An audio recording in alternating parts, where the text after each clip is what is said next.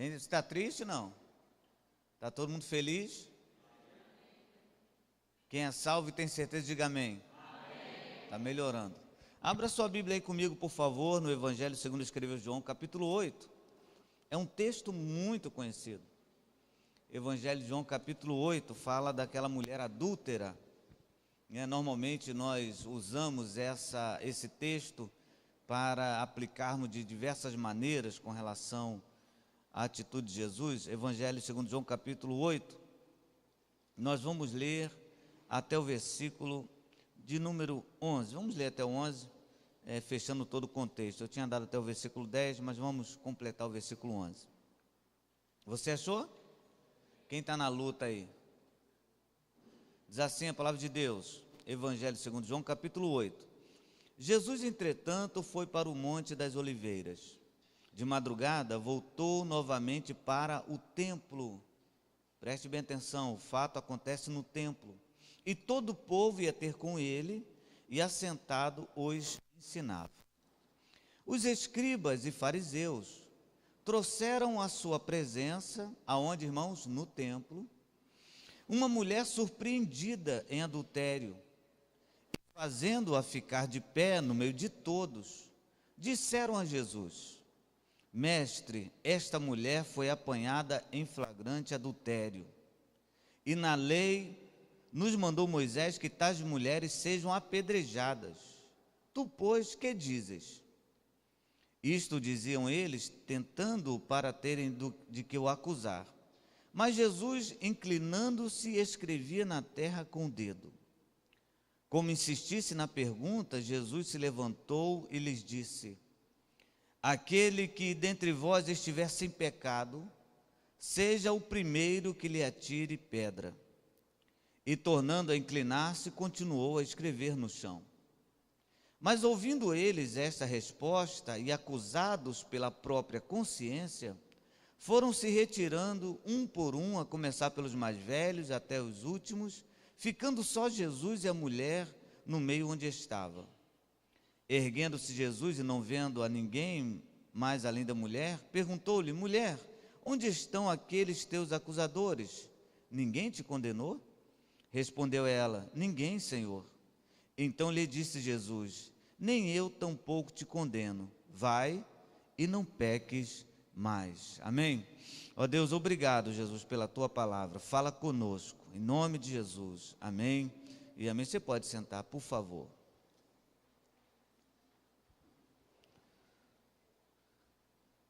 Como disse aqui no início, esse texto é um texto muito conhecido.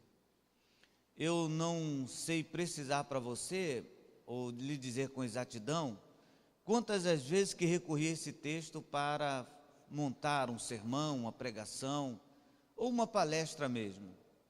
Esse texto, ele é tão conhecido que em alguns meios tornou-se até piada, né? Algumas pessoas fazem piada baseado nesse texto aqui, fazem vídeos. Bom, isso não vem ao caso. O interessante nesse texto é que todas as vezes quando leio eu fico assim meio que intrigado com alguns detalhes aqui.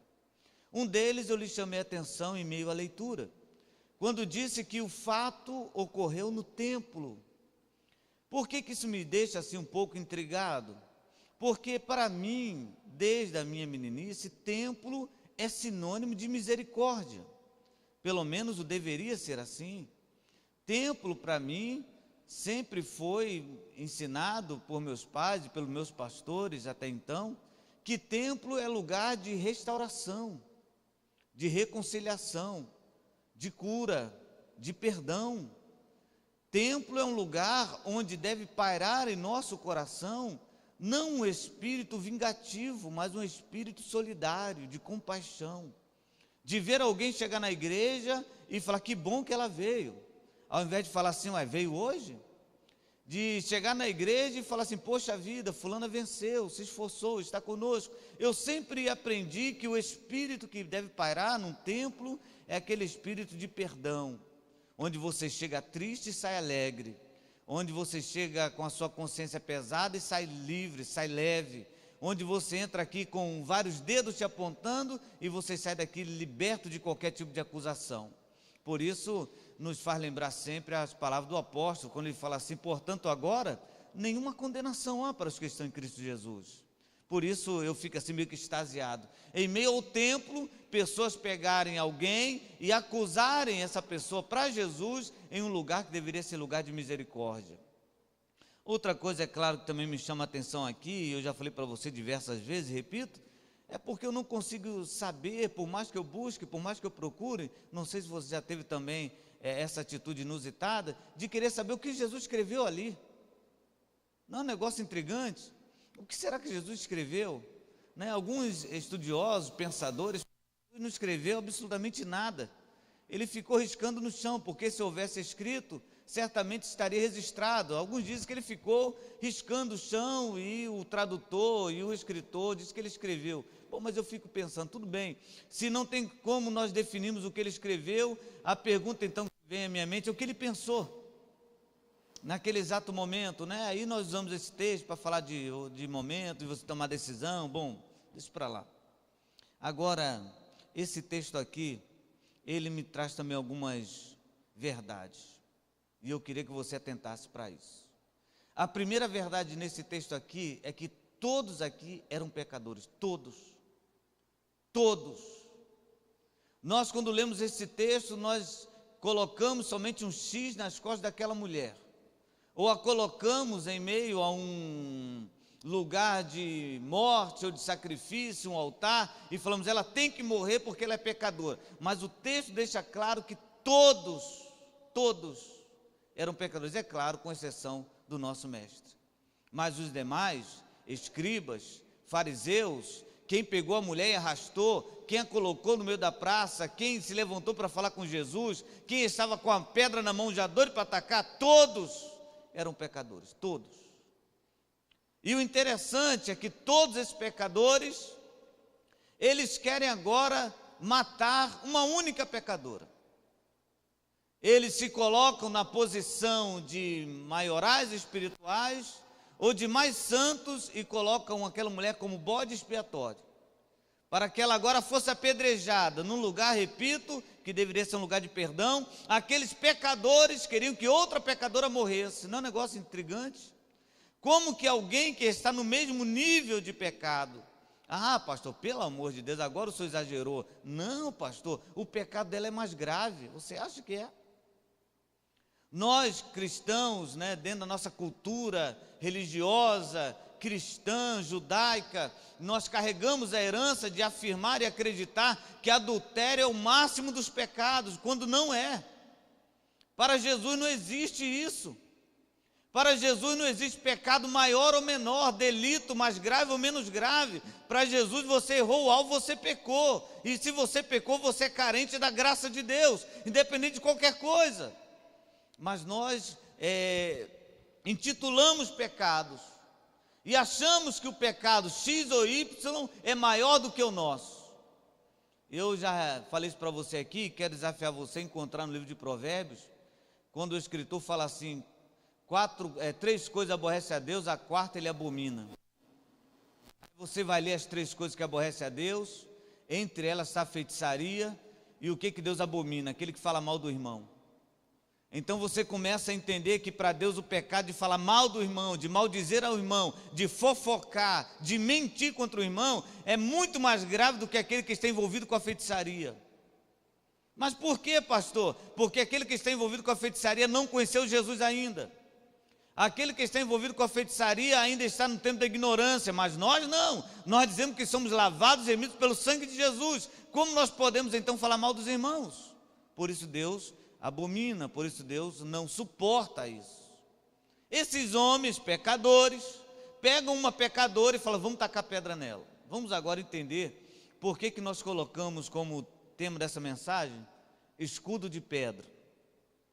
Você já ouviu a expressão, principalmente você que é torcedor de time pequeno, tipo o Corinthians, esses times assim que não ganham, você já viu aquela expressão que fala assim, a melhor defesa é o ataque? Quem já ouviu falar? Não, se nós ficarmos só nos defendendo, vocês ficam rindo, é verdade. Nós vamos levar gol aqui diversos, Então, para nós nos defendermos, qual a melhor postura nossa? Atacarmos. Dentro do esporte, isso é válido. O problema é que nós trouxemos para a nossa vida comum, para a nossa vida de relacionamentos. Para nos defendermos, nós atacamos. Porque para nós, quando nós atacamos alguém, nós tiramos o foco da nossa vida. Quando nós apontamos o dedo para alguém, nós tiramos os olhares da nossa vida. Quando nós apontamos para alguém, nós estamos nos defendendo, porque dentro de nós também há pecado. Muitas pessoas acreditam que o pecado do outro é a nossa santificação, e não é.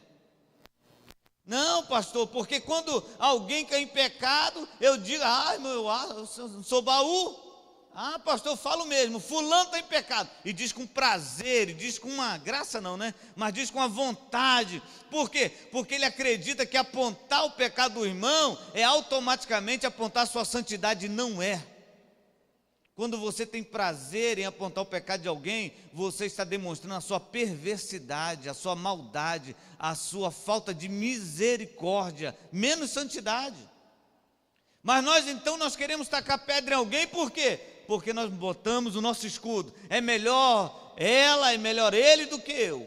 Nós nos defendemos atacando os outros. Você já ouviu aquela expressão, quem tem telhado de vidro não taca pedra na casa do vizinho? É mais ou menos assim. Eu aumentei um pouco, né? Eu acredito que é somente quem tem telhado de vidro não taca pedra. Bom, o que é ter telhado de vidro? Eu vou te dar uma notícia aqui, espero que você não saia triste daqui. Todos nós temos telhado de vidro, todos nós. Todos. Quando nós entendemos e acreditamos que somos melhores do que alguém, nós já estamos pecando. Porque a Bíblia fala o seguinte: aquele que diz que ama a Deus e não ama o seu irmão que está do lado dele, ele é o quê? Um mentiroso. Sendo mentiroso, ele é um grande pecador. Então, eu vejo aqui que esses homens usaram das pedras a sua própria defesa. Eles queriam mostrar para Jesus, principalmente aqui os escribas, os religiosos, que eles tinham autoridade espiritual. Não, ninguém tem autoridade espiritual para acusar ninguém. Eu não sei se você já foi em igreja que, por favor, não me interprete mal, não estou aqui fazendo uma crítica contra as igrejas, mas tem algumas igrejas que tem aquele movimento do profeta, que o profeta se levanta no meio do culto e pega quem está em pecado. Já aconteceu isso com você? Não. Não. Poxa, que pena. Que pena, porque é uma experiência muito boa. Eu já fui em certas igrejas que no meio do culto vi uma moça arrastando o pé assim, parecia uma entidade. E ela vinha arrastando o pé dizendo: eu vou pegar quem está em pecado. Aí todo mundo baixava a cabeça e vinha ela: eu vou pegar quem está em pecado. E tinha uma trilha sonora assim, tinha um tum-dum-dum no final lá. Eu vou pegar, e todo mundo baixava a cabeça. Eu me recordo que na época eu era líder da juventude, nós estávamos visitando essa igreja, e essa profetisa, entre aspas, foi em direção a um grupo jovem que eu estava liderando. E ela vai: eu vou pegar quem está usando o cinto, vou pegar quem está usando um negócio que as mulheres usavam na cabeça, eu esqueci o nome. Então vocês sabem, né?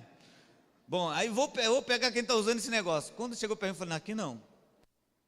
Pode deixar todo mundo aqui. Não, mas Deus está mandando. Tá, não, deixa aqui. Aí a moça falou que me viu, teve uma revelação comigo, a metade do meu corpo era gelo, a metade era fogo, sabe? Fez um monte de coisa para tentar me acusar. Sabe por quê? Porque eu aprendi que a profecia de Deus, ela tem 3 objetivos: exortar, consolar e edificar. Se alguém envergonha alguém, não é Deus, irmão. Deus não envergonha ninguém. Deus não expõe ninguém. Deus não coloca ninguém na vitrine. Deus é Deus, Ele é bom, Ele é misericordioso. Deus nesse exato momento está falando com pessoas aqui dentro, lá no coração. Mas é melhor botar lá e falar: está vendo? Eu estou acusando. Por que é bom acusar? Porque quem acusa, irmão, sai da mira da acusação. Esses homens acharam melhor acusar, falar, não, nós vamos tacar pedra. Aí Jesus, então, usando de toda a sua sabedoria, ele fala assim, quem não tem pecado, atire a primeira pedra. Em outras palavras, Jesus está dizendo para mim e para você, que ele autoriza alguém a tacar pedra no outro, sim, autoriza. Eu não vou fazer essa pergunta não, faço ou não faço? Vou fazer.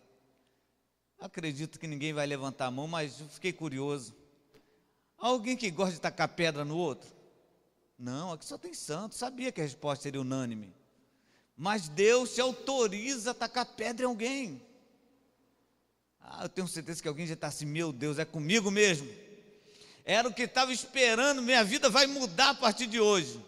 Jesus autoriza a tacar pedra no outro, aquele que não tem pecado.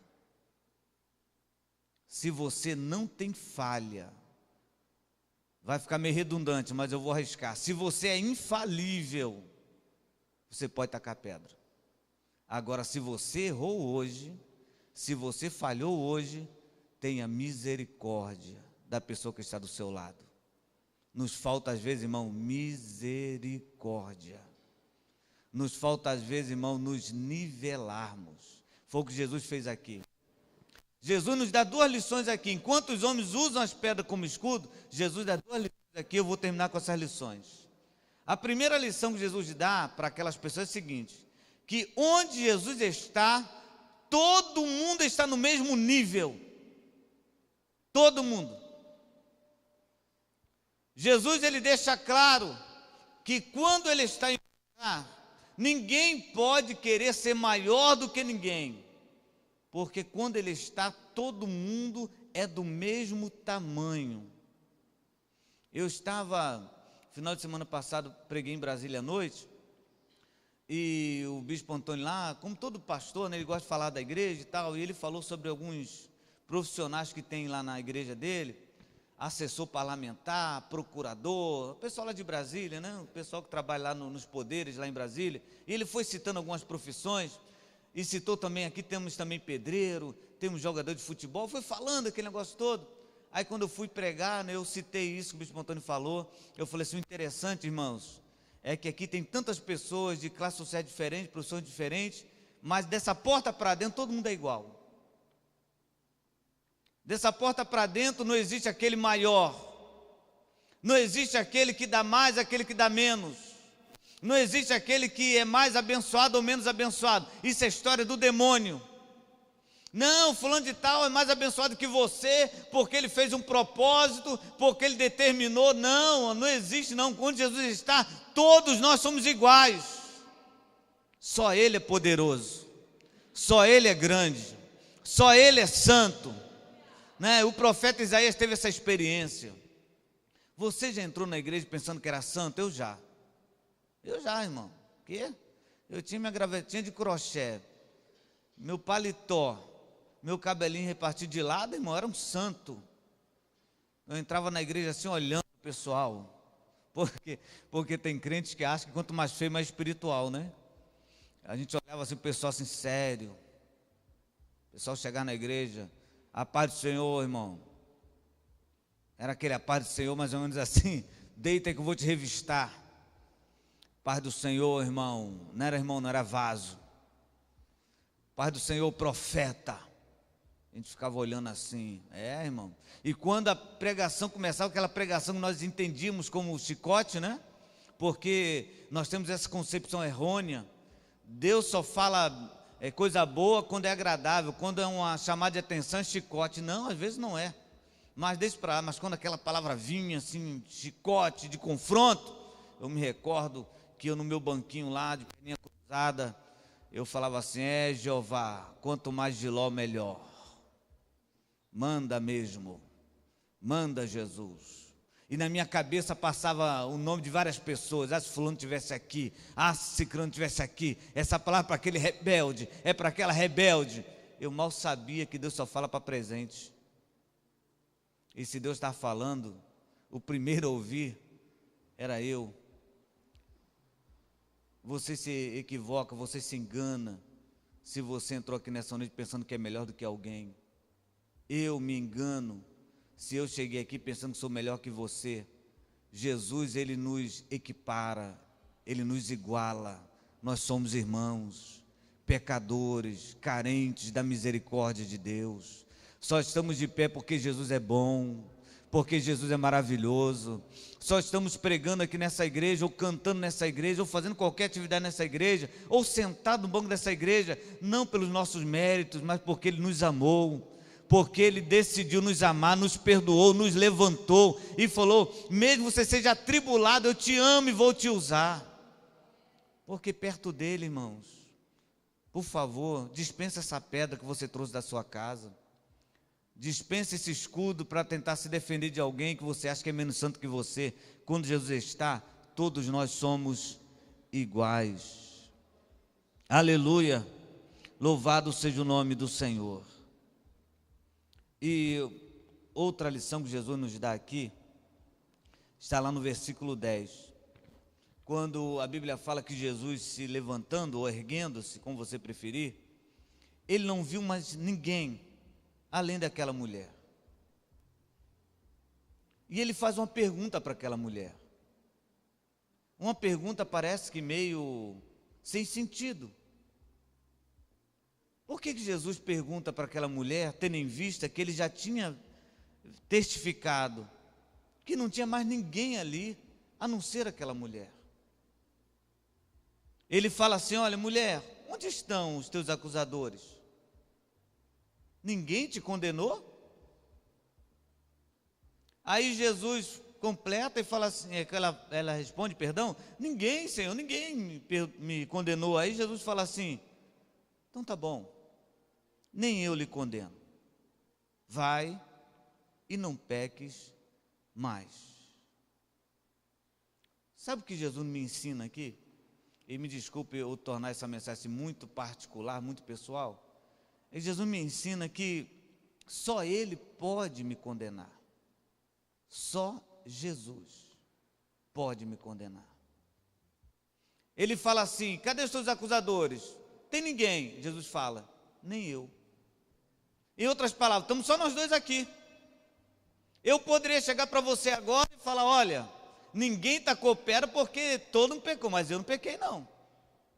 Se prepara que agora o negócio vai ser forte.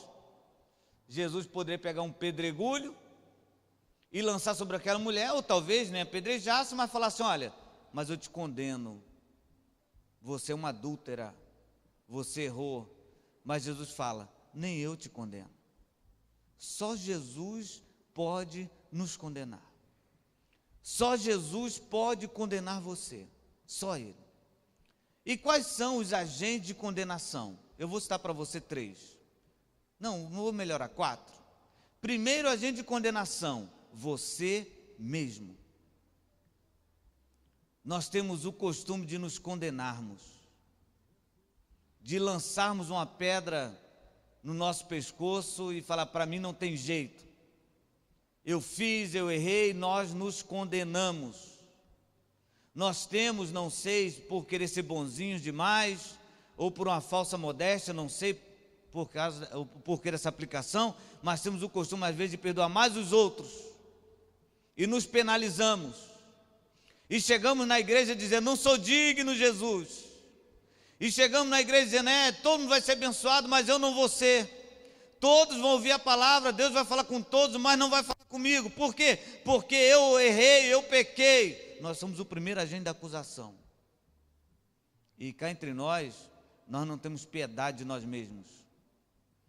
Segundo agente de acusação: irmãos. Que isso, pastor? Quantos aqui tem mais de um irmão? Você nunca acusou teu irmão, não? Principalmente vocês duas, né? Dá assim para enganar: não, foi ela, pai, ela estava com a minha roupa, não sei. Quanto mais próximo, mais acusadores somos. Irmãos que deveriam estender as mãos, que deveriam socorrer, que deveriam levantar, são os primeiros a falar: se você não pode mais, são os primeiros a passar no meio da rua, atravessar para outra calçada. E às vezes o fazem só porque o fulano ou a fulano, desculpa a expressão, eu acho muito pejorativo isso, só porque a pessoa não vê mais na igreja, não se fala mais. Irmãos, tenha misericórdia. Deus não te deu o direito de acusar ninguém. Deus não te deu o poder de ser juiz sobre a vida de ninguém. Juiz é Deus. Nós somos, como exemplo de todos os outros, somos réus nesse grande processo chamado vida, que somos julgados todo dia. O outro agente acusador é o mundo. Você já foi acusado pelo mundo? E é crente, hein? E é crente. Imagina se não fosse. Ser crente igual a ele, eu não quero ser não. Um dia, quando eu for crente, eu quero ser um crente diferente.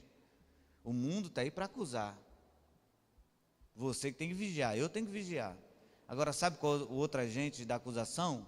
É o mais terrível? O diabo. Ele é o acusador.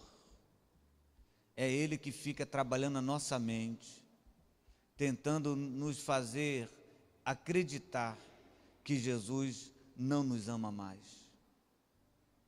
Eu já tive o privilégio de conversar com muitas pessoas assim que se distanciaram da igreja, muitas, amigos, irmãos, que por causa de uma situação, às vezes uma situação gravíssima, outras nem tanto, mas por causa de uma circunstância, abandonaram a fé.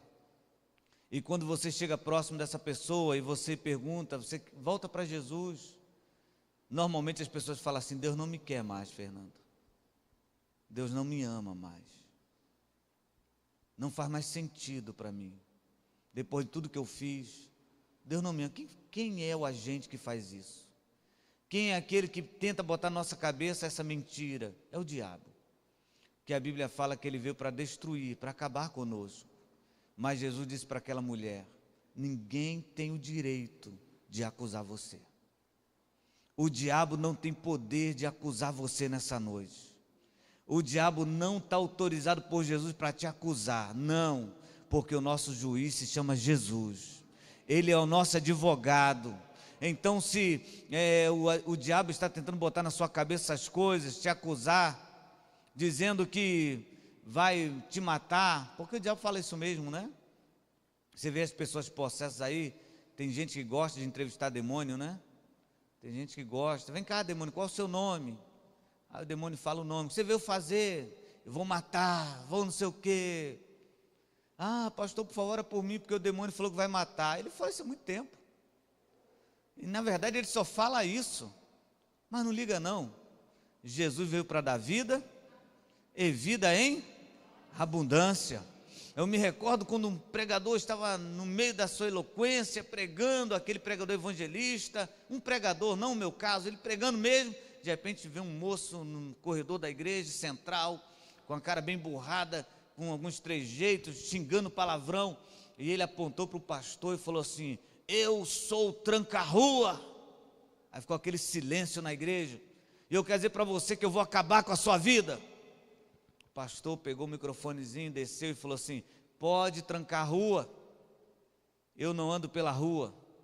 Jesus falou: eu sou o caminho, a verdade e a vida. Eu ando no caminho chamado Jesus. Nenhum poder satânico tem autoridade sobre a tua vida, nenhum. Não, mas falaram que vão matar meu filho, que minha filha vai ficar doente. Isso é mentira.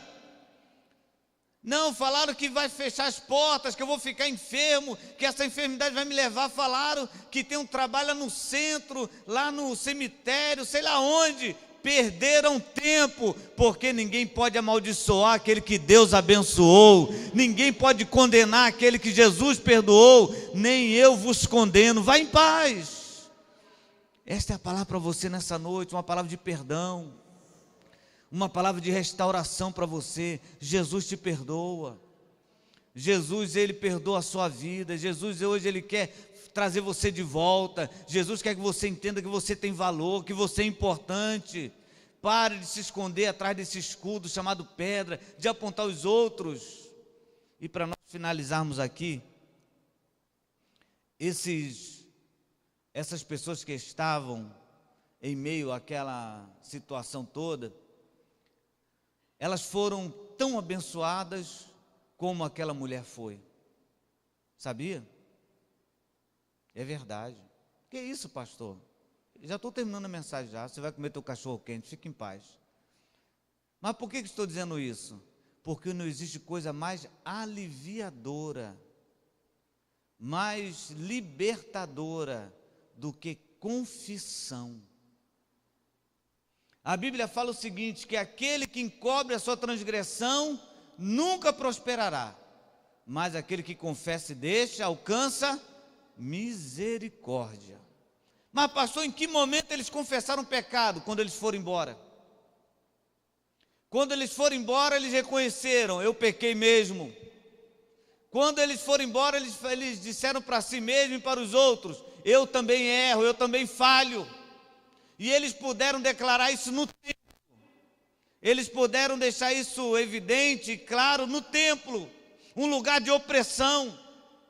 Um lugar onde você tem que dizer que é santo sempre. Eles não tiveram a coragem de ir embora e declarar, eu também sou pecador. Hoje pela manhã nós falamos sobre o arrependimento. Uma única condição do reino de Deus entrar em nós. Arrepender, confessar pecado é algo mais libertador que existe. E eu quero encorajar você a confessar os seus delitos. Por favor, não é aqui pegando o microfone e dizendo atrocidades, não é isso. É se libertar dessa maldição que acompanha você. E eu sei que é um culto público, eu sei que é um culto evangelístico, mas eu não posso fazer aquilo que Deus não mandou fazer. Eu não posso falar aquilo que Deus não mandou falar, eu tenho que falar aquilo que Deus mandou falar. E eu acredito que você precisa ouvir isso hoje. Confesse o seu pecado. Peça ajuda a alguém. Procure o seu pastor, procure Deus. Confesse a sua esposa, confesse ao seu marido, se liberte disso. Porque uma vida de mentira é, como diz a Bíblia, um abismo chama outro abismo. E uma mentira pede outra mentira. Mas a verdade liberta. Por isso Jesus falou, conhecereis a verdade e a verdade vos libertará. Faça como aqueles homens. Eles poderiam ter mentido. Ora, está no templo. O sacerdote está ali. Sabe de uma coisa? Vou pegar uma pedrinha, vou tacar e vou embora. E o pessoal vai notar que eu não tenho pecado. Mas eles aproveitaram aquela oportunidade para saírem dali livres. E eu vou arriscar dizer para você que aquele dia foi um dia de libertação, de maior libertação na vida daquelas pessoas.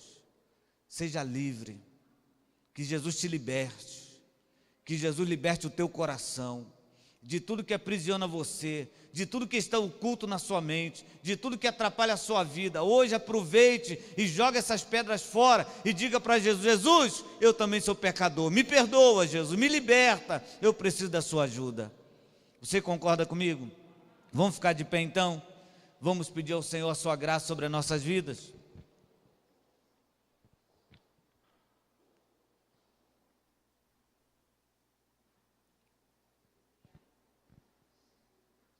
Louvado seja o nome do Senhor. Eu não vou chamar você aqui à frente, seria no mínimo indelicado da minha parte. Mas eu quero pedir a você, na verdade, eu quero te aconselhar a fazer como aquelas pessoas, reconhecer a sua falha. Eu não vim aqui dizer para você que você é uma pessoa especial porque você é evangélico. Eu não sou esses pastores. Não, eu não vim aqui encher o seu ego, dizer para você, não, vai dar tudo certo, continue assim, não. Eu tenho responsabilidade. E a minha responsabilidade pesa em dizer para você que vai dar tudo certo se você for fiel. Vai dar tudo certo se você for crente. Vai dar tudo certo se você for uma pessoa honesta, for uma pessoa sincera. Deus não se agrada dessas coisas erradas.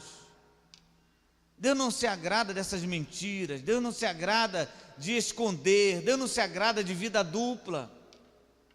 Eu seria um irresponsável em dizer para você, agora vá em paz, Deus vai te dar uma semana abençoada, sem dizer para você, deixa a pedra aqui hoje, a pedra que você trouxe. Deixa hoje esse peso que tenta matar a sua alma aqui hoje. Não adianta você carregar mágoa das pessoas, não adianta. Não adianta você vir e voltar da mesma maneira. Que serventia tem isso? Que valor tem isso? Você traz a pedra e leva a pedra. Mas hoje eu convido você a deixar essa pedra aqui e ir embora sem ela, livre. Se você tem mágoa no seu coração, e eu vou citar exemplos aqui, eu não estou brincando, eu estou falando muito sério. Se você tem mágoas com alguém da sua família, peça perdão. Esse negócio de falar assim, não, eu sou homem, eu não vou voltar atrás, se quiser que fale comigo, isso é coisa do diabo, irmão.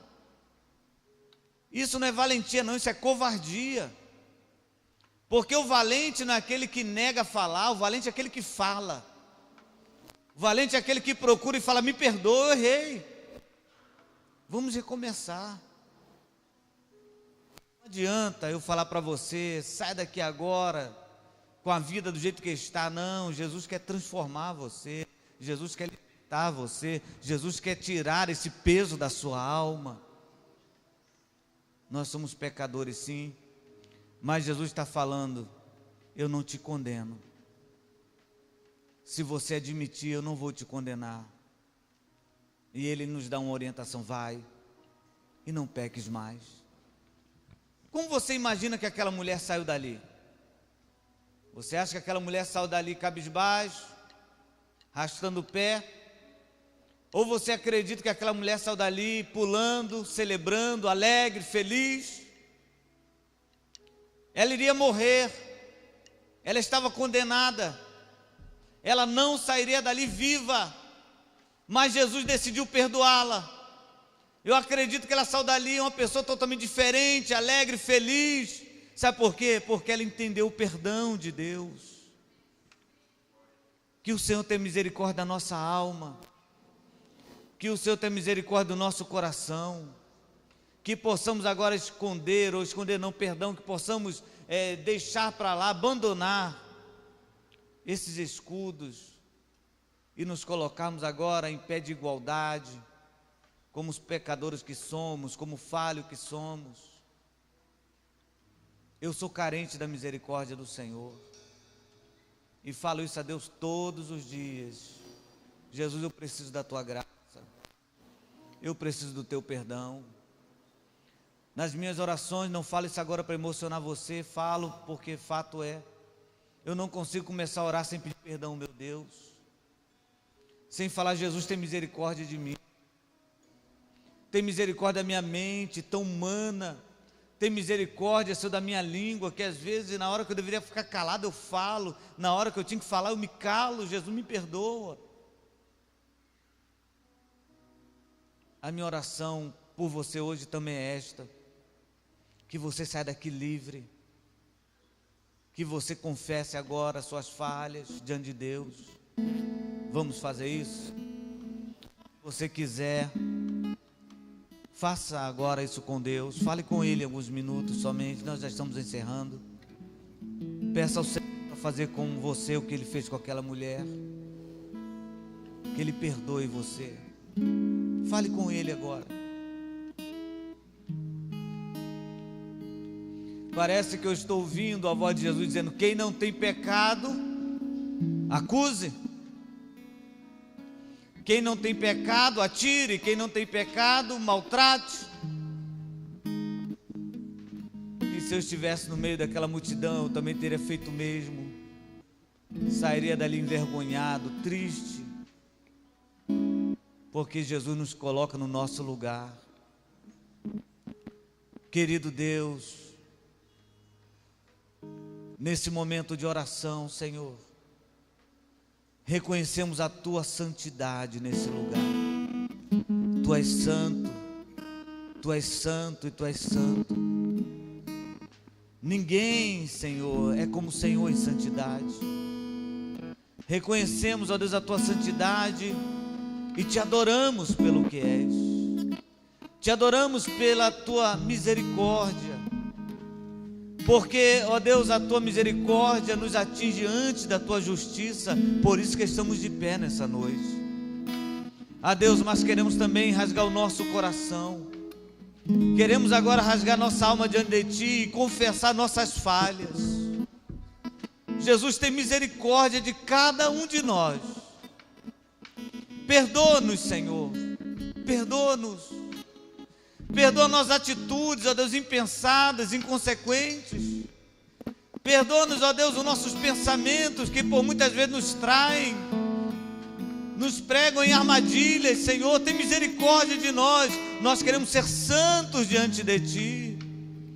Jesus, fazemos como aquela mulher.